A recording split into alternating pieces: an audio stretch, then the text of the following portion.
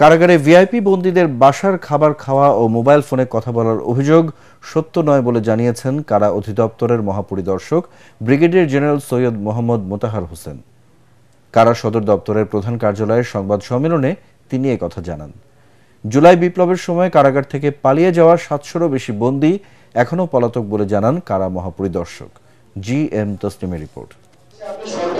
সংবাদ সম্মেলনে কারা মহাপরিদর্শক জানান, কিছু কিছু সংবাদ মাধ্যম অনুমান নির্ভর তথ্য প্রকাশ এবং ব্যক্তিবিশেষের উদ্দেশ্য হাসিলের জন্য সৎ, যোগ্য এবং কর্ম উদ্যমী অফিসারদের হেয় প্রতিপন্ন করে সংবাদ প্রকাশ করছে।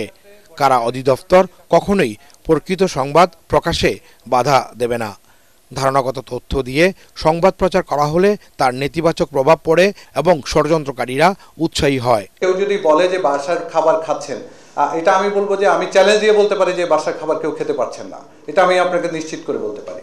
কেউ যদি বলেন যে বিশেষ বন্দীরা কারাগারে মোবাইলে কথা বলছেন, আমি আপনাদের একদম দৃঢ়ভাবে বলতে পারি কয়েকটা কারাগারের ব্যাপারে যেখানে আমি বিশেষ ব্যবস্থাপনার মধ্যে রেখেছি, ওখানে তারা কোনোভাবেই মোবাইল ব্যবহার করতে পারবেন না, এটা আমি নিশ্চিত। কারা ব্যবস্থাপনায় আধুনিকায়ন ও নিরাপত্তা জোরদারে প্রযুক্তি নির্ভর নানামুখী উদ্যোগ গ্রহণ করা হয়েছে উল্লেখ করে কারা মহাপরিদর্শক জানান, দেশের সকল কারাগারকে স্বচ্ছ এবং জবাবদিহিতামূলক হিসেবে গড়ে তোলার লক্ষ্যে বর্তমান প্রশাসন নানামুখী সংস্কার কাজ চালিয়ে যাচ্ছে।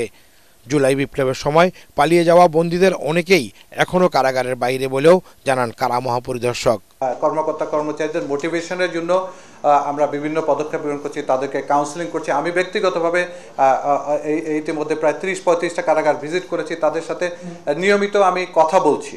ইভেন আমার এখানে যারা আসছেন নিয়মিত তাদের সাথে কথা বলছি, আমার সুপারদের সাথে কথা হচ্ছে, জেলারদের সাথে কথা হচ্ছে, আমার অফিসারদের সাথে কথা হচ্ছে, যাতে তারা এই যেই পরিবর্তনটাকে ধারণ করে যাতে আমরা একটা নিয়মসিদ্ধ পরিস্থিতির মধ্যে চলতে পারি এবং কারাগারটা যাতে স্বচ্ছ এবং নিরাপদ হয়। কারাগারসমূহে ধারণ ক্ষমতার তুলনায় অতিরিক্ত বন্দীর অবস্থান নিরসনে ইতিমধ্যে সিলেট কেন্দ্রীয় কারাগার 2 চালু এবং ঢাকার কেরানীগঞ্জে আরেকটি বিশেষ কারাগার চালুর উদ্যোগ প্রক্রিয়াধীন রয়েছে বলেও জানান কারা মহাপরিদর্শক।